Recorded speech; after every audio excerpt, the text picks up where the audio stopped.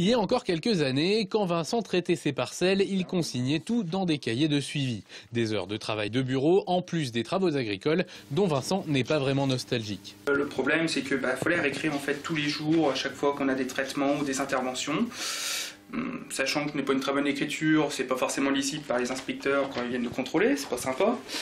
Car ce suivi, c'est ce qui permet de monter les dossiers pour demander les primes de la politique agricole commune, une part de revenus non négligeable pour les agriculteurs. Après, ils ont changé un peu le format, ils ont mis un peu plus grand, c'était un peu mieux, mais tous les jours, il faut réécrire par parcelle quand on fait des traitements. Tous les ans, recopier, plein de trucs à recopier, le type de sol, les précédents, les hectares et tout ça. On perdait quand même pas mal de temps, donc c'est pour ça que j'ai décidé de mettre au logiciel, d'évoluer un peu. Car depuis 4 ans, Vincent peut faire ce travail depuis chez lui en se connectant sur un site internet. Ses parcelles y sont enregistrées, il peut en mettre plusieurs à jour en même temps. Types de culture et phytosanitaires sont déjà entrés dans les bases de données.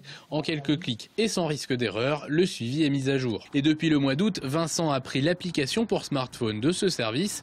Ainsi, même quand il est dans ses champs, il garde sa base de données dans sa poche. J'ai tout historique de tout ce que j'ai mis dans la parcelle, date de semis, l'engrais, tout ça, et les désherbants. Donc c'est hyper pratique, on est dans le champ avec le technicien, c'est facile, tiens qu'est-ce que t'as mis, voilà, il suffit de regarder tout simplement. On n'a pas besoin de se trimballer avec le cahier pour les parcelles et tout ça, de perdre des feuilles, de salir. La Chambre d'agriculture de l'Aube a chargé 2 personnes d'accompagner les agriculteurs dans la mise en place de ce service.